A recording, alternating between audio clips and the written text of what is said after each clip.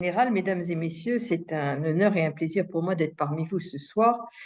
Donc, pour vous parler de la Déclaration universelle des droits de l'humanité et de son insertion dans un contexte que vous avez rappelé général, qui est particulièrement difficile.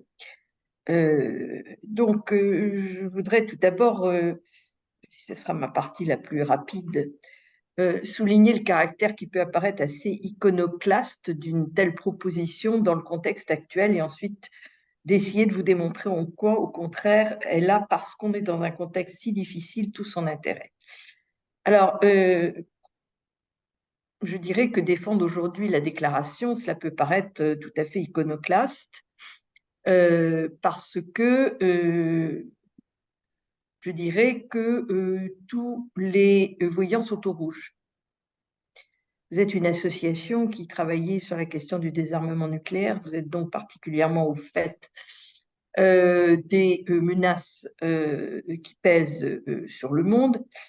Nous sommes en face effectivement d'une multiplication de conflits avec des menaces nucléaires rappelées très régulièrement par notre camarade Poutine, euh, des conflits qui donnent lieu à des grilles de lecture totalement antinomiques dans lesquelles la malinformation, la désinformation et les fake news rivalisent avec la réalité, et donc c'est de plus en plus difficile d'avoir accès à ce que j'appellerais une réalité partagée. Et je crains fort du reste que dans les années qui viennent, l'émergence et le développement de l'intelligence artificielle et de chaînes médiatiques totalement menées par l'intelligence artificielle, puisque la première télé de ce genre vient d'être lancée, ne fasse que rendre les choses encore plus difficiles. À ceci s'ajoute effectivement le fait qu'un certain nombre d'outils ou d'installations qui n'avaient pas du tout été conçus pour ça deviennent des armes de guerre. Je pense en particulier à la centrale nucléaire de Zaporijjia, ce qui fait que, en fait, la division entre nucléaire civil et nucléaire militaire, euh, qui était déjà fragilisée par les transformations que certains pays sont capables de faire subir à l'uranium, et on a l'exemple de l'Iran, bien sûr, euh, rend de plus en plus, disons, délicate la séparation entre nucléaire civil et nucléaire militaire, et à mes yeux pose un véritable problème dans la diffusion du nucléaire civil. Enfin, ça, c'est mon avis, qui est personnel, hein. Mais enfin, je pense que c'est quelque chose qu'il faut prendre en considération. S'y ajoute un déclin évident, qui est, j'espère, pas définitif, mais en tout cas qui est évident, des systèmes démocratiques et de l'universalisme que promeuvent les systèmes démocratiques. J'appartiens à une génération qui a été élevée dans l'amour de l'universalisme, auquel les valeurs républicaines françaises sont totalement liées. Je dirais que quelque part, c'est un peu notre ADN.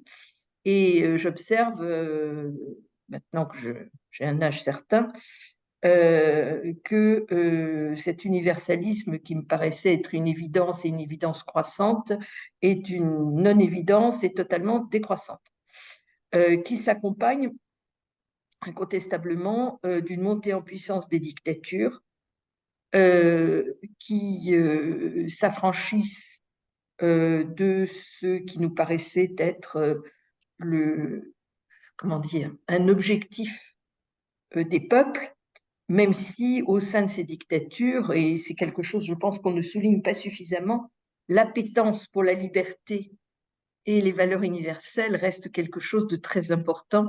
Voir ce qui se passe chez les femmes en Afghanistan, chez les femmes en Iran, pour ne citer que ces exemples, et chez les opposants en Russie, qui sont évidemment tous en prison, mais il n'empêche qu'ils aspirent à autre chose. Et ça, c'est tout à fait une évidence. S'ajoute à cela, effectivement, une transformation géographique, j'allais dire, du monde liée aux transformations climatiques, qui font que ces sujets qui étaient des sujets, entre guillemets, environnementaux, deviennent en réalité également des sujets de sécurité nationale et de sécurité internationale. Il suffit du reste de lire les rapports du Pentagone, de la CIA plutôt 1930, 2030, 2040, etc., pour voir que c'est un des sujets principaux pour les Américains de sécurité, et c'est une évidence. Pourquoi? Eh bien, tout simplement parce que d'abord, une partie du monde va devenir inhabitable. Je rappelle que est inhabitable une zone dans laquelle il fait plus de 50 degrés avec un taux d'humidité très important, tout simplement parce que le vivant ne peut pas vivre. Donc, zone inhabitable, on en a pour l'instant 2 dans le monde. Il va y en avoir de plus en plus. Zone inhabitable veut dire mouvement de population, veut dire conflit pour l'eau, veut dire conflit pour la terre, veut dire conflit pour l'alimentation, veut dire immigration massive, veut dire conflit dans tous les sens du terme. S'ajoute à cela une modification territoriale. La montée des eaux, alors on ne sait pas encore évidemment quel sera le niveau de la catastrophe, on ne sait pas.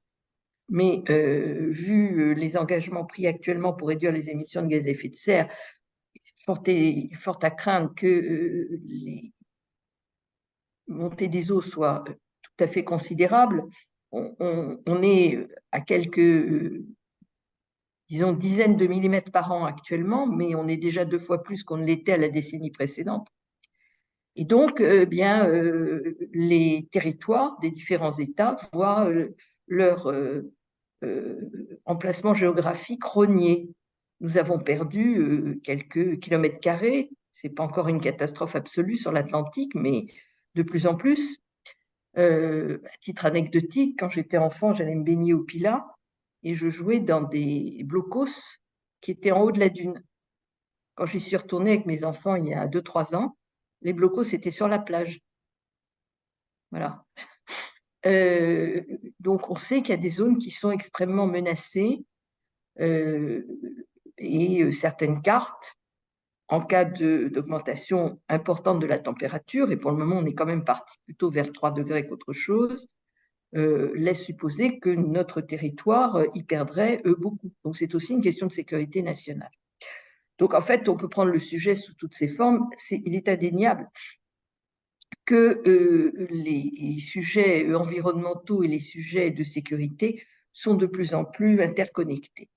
Et je n'ai pas déroulé sur l'eau, mais je pourrais dire énormément de choses sur les conflits de l'eau, dont, à mon avis, on n'a encore rien vu du tout. Alors, dans ce contexte, parce que je ne veux pas être trop longue et je veux qu'on ait le temps pour les questions, dans le contexte, une déclaration universelle des droits de l'humanité, pourquoi faire? À quoi ça peut servir? Et où en est ce texte? Alors, en réalité, ce texte a été conçu au début de l'année 2015, c'est-à-dire dans le cadre de la préparation de la COP 21, à l'initiative du président de la République de l'époque, qui m'avait demandé ce que je faisais pour la COP. Je lui avais répondu que je ne faisais rien et qu'il n'avait pas besoin de moi, ce qui était la vérité. Et il avait insisté en me disant, si, je voudrais vraiment que vous participiez. Je lui ai dit, écoutez, moi, il y a une chose qui m'intéresse, c'est la question de la responsabilité des générations. La question de la responsabilité transgénérationnelle est pour moi quelque chose de vraiment fondamental. Et il m'avait dit, banco, allez-y, vous aurez votre lettre de mission. J'ai reçu une lettre de mission, ça a mis 3 mois et demi à arriver parce que le Quai d'Orsay y a mis la plus mauvaise volonté du monde. Et donc, j'ai reçu une lettre de mission qui commençait par la Déclaration universelle des droits de l'homme de 1948 et qui se terminait par faire un canevas de ce qui existait, ce qui n'avait strictement rien à voir sur le plan, je dirais, tant symbolique que pratique et juridique. Donc, avec le petit groupe de travail que nous avons constitué, nous avons considéré que c'était la première partie de la mission qui était intéressante et que la deuxième était sans intérêt. Et donc, nous nous sommes consacrés à essayer d'écrire ce que pourrait être une déclaration universelle des droits de l'humanité. Ce que nous avons fait, sur la base d'un texte très simple, je ne sais pas si vous en avez eu connaissance, mais si vous ne l'avez pas, je me ferai un plaisir de vous l'envoyer, un texte très simple qui comprend 4 principes, 6 droits et 6 devoirs, car il nous a semblé qu'il était impossible d'écrire une déclaration de droits de l'humanité sans écrire d'abord celle de ses devoirs. Donc, il y a 6 droits et il y a 6 devoirs. Les principes sont assez simples. Et ils répondent, me semble-t-il, ça a été écrit, donc ça va bientôt faire 9 ans, enfin, nous allons entrer dans la 9e année, il me semble que ces principes sont plus que jamais absolument indispensables et incontournables. De quoi s'agit-il? Premier principe, c'est celui de la responsabilité. Le second, c'est celui de la dignité de l'humanité qui est repris de la Déclaration universelle des droits de l'homme, dignité de l'humanité qui intègre le droit au développement. Le troisième principe est celui de la pérennité du vivant, qui est une question, me semble-t-il, assez d'actualité. Et la quatrième, celui de la responsabilité intergénérationnelle, de l'équité, pardon, intergénérationnelle. Sur la base de ces quatre principes, nous avons décliné 6 droits et 6 devoirs qui ne concernent pas que les questions environnementales. S'agissant d'une déclaration des droits et devoirs de l'humanité, il nous a semblé que c'était les questions de l'humanité qui devaient être abordées, pas seulement celles du contexte environnemental dans lequel elle est amenée à vivre. Cela interpelle donc ses rapports avec la nature, cela interpelle la question du progrès technologique, cela interpelle la question de la paix, et la DDHU intègre le droit à la sécurité humaine sous toutes ses formes, sécurité humaine qui bien sûr intègre les sujets sur lesquels vous travaillez, intègre les questions d'éducation et de formation. Donc, si vous voulez, il n'est pas question que d'environnement, même si effectivement la question de l'accès aux biens communs, de la protection des patrimoines, quels qu'ils soient, je dis volontairement des patrimoines parce qu'il y en a beaucoup, la question de l'accès et de la préservation des ressources, qu'il s'agisse de l'air, de l'eau, des sols, tout cela est effectivement traité par la déclaration. Donc, ce texte, je vous passe les détails, a donc été accepté par le président de la République, a été envoyé à tous les négociateurs de la COP 21 et a été transmis par les soins du président Hollande aux Nations Unies en avril 2016. Bon. Ceci étant, je dirais que l'intérêt de l'administration française, et en particulier du Quai d'Orsay sur ce sujet, a été tel qu'ils ont passé 9 ans de leur vie à essayer de bloquer toutes les initiatives que je pouvais prendre. J'espère en être sortie, puisque j'ai maintenant un soutien officiel du président de la République et de la ministre des Affaires étrangères, mais pour être tout à fait honnête, je n'ai pas vu encore beaucoup de réalisations très concrètes de ces engagements scripturaux.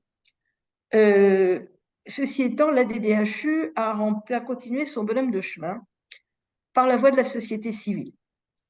Par la voie de la société civile et donc a été signée par de très nombreuses entités publiques et privées. Des villes d'abord, des grandes villes. On a commencé avec les villes françaises, Strasbourg, Paris, Marseille et quelques autres. Puis par l'Association internationale des maires francophones, puis par cités et gouvernements locaux unis, CGLU, qui regroupe quand même la bagatelle de 250 000 villes dans le monde et qui regroupe plus de 5,5 milliards d'individus, qui a signé la DDHU à Durban en 2019, si ma mémoire est exacte. Voilà, et il y a toute une série de villes qui nous soutiennent.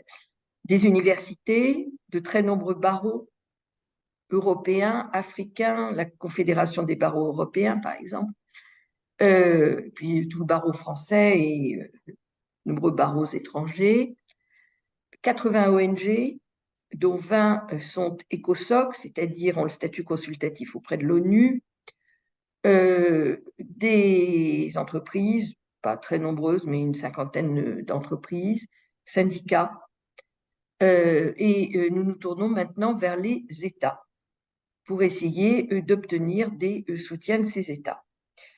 J'ajoute que l'association que j'ai l'honneur de présider, la DDHU, a obtenu l'année dernière son statut ECOSOC, donc nous avons un statut consultatif auprès des Nations Unies, ce qui nous permet d'avoir un accès direct à toutes les organisations non gouvernementales qui y siègent. Alors, quel est l'intérêt de ce texte? Si vous voulez, la Déclaration universelle des droits de l'humanité a été conçue comme un outil permettant à tout un chacun, quand je dis tout un chacun, c'est depuis le simple individu jusqu'aux entités étatiques, de se retrouver dans un objectif qui n'est pas le partage des droits individuels, des droits humains au sens auquel nous l'entendons. Ça, je dirais que c'est déjà fait par la Déclaration universelle des droits de l'homme, mais malheureusement, on sait la manière dont ce texte est respecté, et j'ouvre juste une parenthèse, je suis pour ma part absolument scandalisée qu'une des commissions des droits de l'homme soit présidée par l'Iran en ce qui concerne le droit des femmes, mais très franchement, c'est comme demander au loup de devenir le gardien du poulailler, quoi. Enfin, c'est inacceptable, c'est totalement inacceptable. Enfin bon, je suis en dehors de mon sujet, mais je suis tellement révoltée par cette situation que je ne peux m'empêcher d'en dire un mot.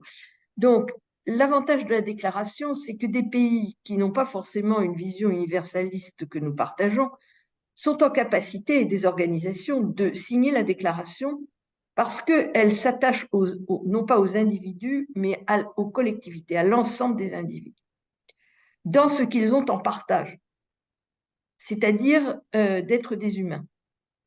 Et donc de partager l'ensemble des difficultés auxquelles les humains sont confrontés, même si, bien entendu, ces difficultés ne sont pas les mêmes selon les continents, au nord et au sud, selon les niveaux de développement, etc., etc. Mais il n'empêche, et les COP, malgré leur faiblesse, le démontrent, qu'il y a une prise de conscience globale de ce que l'humanité a à dépasser un certain nombre de conflits si elle veut survivre. Et donc, je dirais que la DDHU permet de ne pas repartir dans des discussions sur la manière dont tel ou tel État applique les droits individuels, les droits humains, tels que nous les entendons, pour se consacrer aux droits collectifs, avec derrière la tête le fait qu'en réalité, ces droits et devoirs surtout collectifs sont les seuls qui peuvent permettre une application réelle et efficiente des droits individuels. Car si vous n'avez plus d'eau ou si vous avez des températures épouvantables, vous pouvez toujours parler de droits humains, c'est inaudible. Ce n'est pas le sujet. Le sujet, c'est de survivre. Et c'est seulement quand on arrive à un minimum, si je puis dire, de conditions de vie décentes que l'on peut commencer à mettre en œuvre ce que nous appelons les droits individuels et les droits humains. Et donc, ce fait qu'on n'ait pas besoin de repartir sur ce débat, qui est un débat indispensable, certes, mais qui sépare, permet de trouver finalement beaucoup de soutien à la déclaration. Et je dirais que j'étais très intéressée avant que CGLU ne vote en Assemblée générale à Durban le soutien à la DDHU. J'ai participé au conseil d'administration de CGLU, je crois que c'était à Madrid ou à Barcelone en 2018, quelque chose comme ça. Et il y avait là des villes chinoises, des villes américaines, des villes sud-américaines, où bien entendu les options politiques n'étaient pas du tout les mêmes. Et il n'y a eu aucun problème. Et de la même manière, pour avoir assisté à un certain nombre de conseils municipaux en France, avec des opinions politiques très diverses, puisqu'il y a des villes de droite et de gauche qui ont signé la DDHU, et dans les conseils municipaux, vous avez toutes les tendances politiques. Les votes ont toujours été à l'unanimité. C'est-à-dire qu'en réalité, quand vous parlez à des humains de leurs conditions d'humains, ils sont capables d'oublier un instant les autres considérations. Et ça, c'est quelque chose qui, dans le monde actuel, me paraît extrêmement important et riche de moyens de discuter et de s'entendre. Euh, Par ailleurs, les principes qu'on trouve dans la DDHU correspondent assez bien aux revendications de très nombreux groupes. Quand j'emploie le mot groupe, c'est parce que je veux viser à la fois des pays du Sud, organisés ou pas entre eux, des générations qui ne pensent pas forcément la même chose, euh, des peuples autochtones qui ont un rapport à la nature qui est très particulier et très riche d'ailleurs, et que tous ces groupes peuvent trouver dans la Déclaration universelle des droits de l'humanité, parce que nous l'avons écrite pour ça, peuvent trouver des moyens, des outils qui permettent l'expression de ce qu'ils défendent. Parce qu'il y a l'équité intergénérationnelle, parce qu'il y a le droit au développement, parce qu'il y a le rappel dans les textes fondamentaux des textes sud-américains de la terre-mère. Parce que, si vous voulez, on l'a écrite d'abord en essayant de n'être pas trop occidentalo-centré, si je puis dire, c'est-à-dire que ce soit un texte qui puisse intéresser tous les pays du monde, même si c'est très ambitieux de dire ça. Mais enfin, j'avais fait participer un Africain, j'ai demandé à Jérémy Rifkin aux États-Unis, qui travaille beaucoup avec les Chinois, de me donner son point de vue pour avoir ce point de vue nuancé, etc. Donc, on a vraiment essayé de coller, je dirais pas du tout dans une vision que pour ma part je réprouve profondément woke ou intersectionnelle, c'est pas ça du tout, dans une vision qui réponde aux préoccupations des grands groupes du monde d'aujourd'hui. Donc, c'est assez intéressant parce que, effectivement, je pense que chacun peut y trouver quelque chose. Et puis, c'est un texte très simple, même s'il pose des questions juridiques assez redoutables, que nous avons explicitées dans un rapport au président de la République qui est publié à la documentation française, de telle sorte qu'il est aujourd'hui traduit dans une cinquantaine de langues, y compris en chinois, en hindou, en arabe, bien sûr, en russe, en tout ce que vous voulez, dans les langues de l'Union européenne, en thaï. Vraiment, il y a énormément de traductions de ce texte parce qu'on l'a écrit de manière très simple, avec un sujet, un verbe, un complément, dans chaque phrase, de manière à ce que, même s'il peut y avoir des interprétations, bien entendu, elles soient il n'y ait pas de souci d'interprétation ou de traduction trop considérable. Et donc, c'est un texte dont on peut assez facilement s'emparer. Et du reste, il y a un ouvrage qui a été écrit en 2019, je crois, qui, par 14 ou 15, je ne sais plus, professeurs de droit européen, qui chacun ont pris un considérant ou un article et l'ont commenté, précisément pour voir la manière dont cela pouvait être interprété selon les pays, selon les cultures, et ce que le texte pouvait receler. C'est un texte qui est une déclaration. C'est donc du droit souple. Ce n'est pas une convention internationale.